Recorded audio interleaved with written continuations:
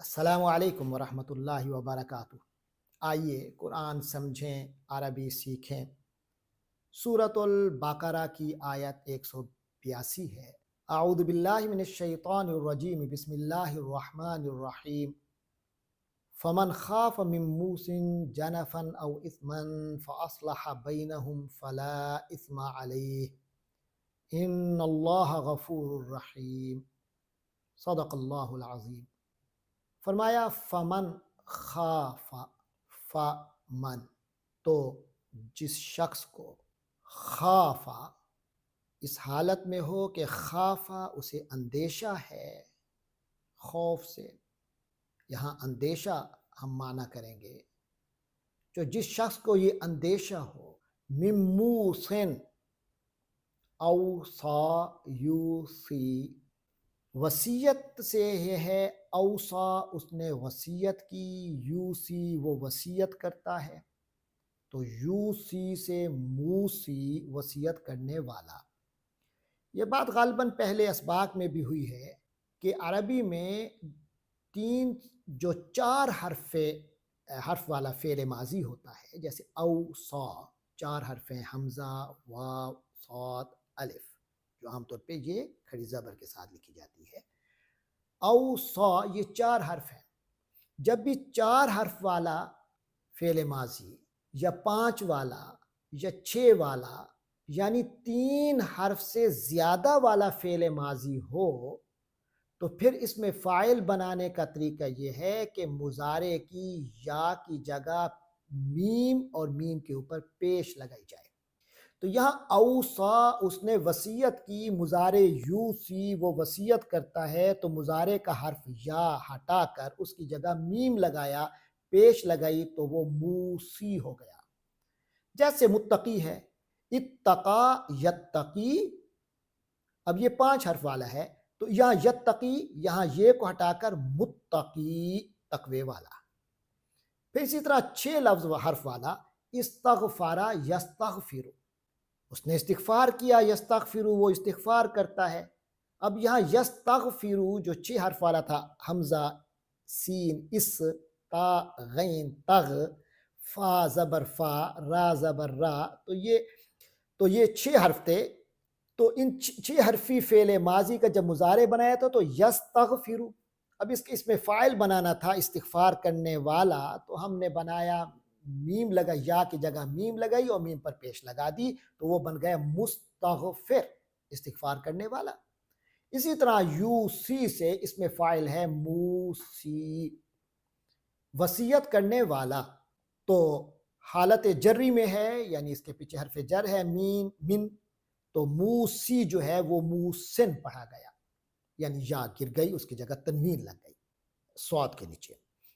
تو مم موسن وصیت کرنے والے سے، فمن خاف مم موسن تو جس کسی کو اندیشہ ہو ایک وصیت کرنے والے سے، جنف،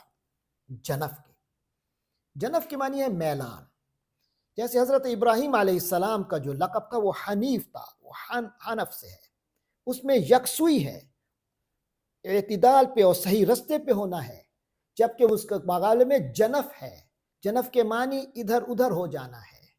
تو فرمایا جس کو جنف کا خطرہ ہو، وصیت کرنے والا اعتدال سے ہٹ جائے گا، وہ کوئی عدل سے اس کا معاملہ کہ غیر عادلانہ معاملہ ہے، کوئی ظالمانہ معاملہ ہے، اگر اس قسم کا کسی کو اندیشہ ہو جائے وصیت کرنے والے سے، او اثمن، یا کوئی بھی گناہ، کسی بھی قسم کے گناہ کا خطرہ ہو، اس کی وصیت کا جو مواد ہے، میٹیریل ہے، وصیت کو اگر امپوز کیا گیا تو گناہ کا معاملہ ہے یا ظلم کا معاملہ ہے، تو ایسی صورت میں کیا کیا جائے؟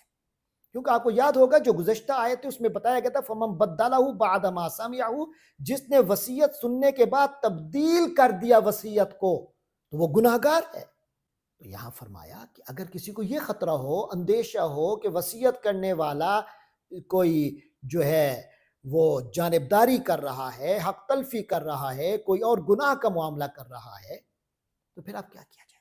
تو فرمایا جو کوئی شخص اس موقع پہ ایسا محسوس کرے، فَأَصْلَحَ پھر اصلاح کرے، بینہم ان کے درمیان، ان کے مابین اصلاح کا کام کرے، اصلح اس نے صلح کی، تو اس کا مضارع آتا ہے یصلح، وہ صلح کرتا ہے.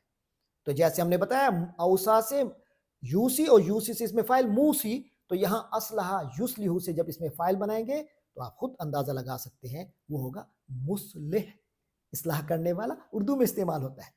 تو یہ ایک طریقہ ہمیں معلوم ہوا. تو اصلح اس نے صلح کر دی بینہم ان کے درمیان، یعنی وصیت کرنے والے کو سمجھایا بجھایا کہ ایسی وصیت نہ کیجئے جو ظالمانہ ہے، جس میں حق تلفی ہے، جس میں اعتدال کا معاملہ نہیں ہے یا کوئی گناہ کا معاملہ ہے. اسے سمجھایا جائے، اصلاح کرے جو شخص اس میں اثر انداز ہو اصلاح کی خاطر. فلا اثم علیہ، تو اس پر کوئی گناہ نہیں ہوگا. ویسے وصیت کی تبدیلی کا گناہ ہے، لیکن اگر وصیت کرنے والے کو سمجھا دے اور بفرض محال اس کو نہیں سمجھا سکا اور وہ فوت ہو گیا، تو اب جو وہ رسا ہیں جن کے درمیان تقسیم ہو رہی ہے، وصیت کا معاملہ آ گیا ہے، تو وصیت کوئی ایسی مقدس چیز نہیں ہے کہ اس کے ظلم کو بھی برداشت کیا جائے اور نافذ کیا جائے.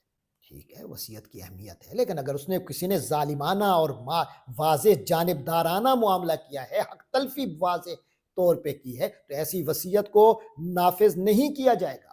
تو کیا کیا جائے گا؟ فاصلہ بینہم، جو شخص اس اندیشے کی وجہ سے ان کے درمیان صلح کروائے، بٹھائے وہ رسا کو، ان کو مشاورت ان سے کرے اور صلح کی پوری کوشش کرے.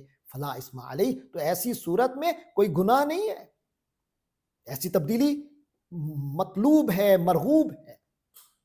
اور پھر بھی اگر کوئی درمیان میں اصلاح پوری اپنی کوشش کر لے لیکن پوری طرح سیٹلمنٹ نہ ہو، لیکن بہرحال کچھ نہ کچھ اس نے محنت کی ہے، تو اب اس پہ گناہ نہیں ہے، اس پہ ڈرنا نہیں چاہیے. ان اللہ غفور الرحیم، کیونکہ یہ تو حقیقت ہے. ان بے شک اللہ تبارک و تعالی غفور ہے، بہت بخشنے والا ہے، رحیم بہت رحم فرمانے والا ہے. اس کی مغفرت اور رحمت کے آگے کوئی رکاوٹیں نہیں ہیں، بہت وسیع ہے. اللہ تبارک و تعالی ہم سب کو اسلام کے خوبصورت احکام پر عمل کرنے کی توفیق عطا فرمائے. اسلام کے تمام احکام خوبصورت ہیں اور ہمارے فائدے کے لیے ہیں، سمجھ آئے یا نہ آئے. اللہ تبارک و تعالی ہم سب کو توفیق دے. وآخر دعوانا الحمدللہ رب العالمین.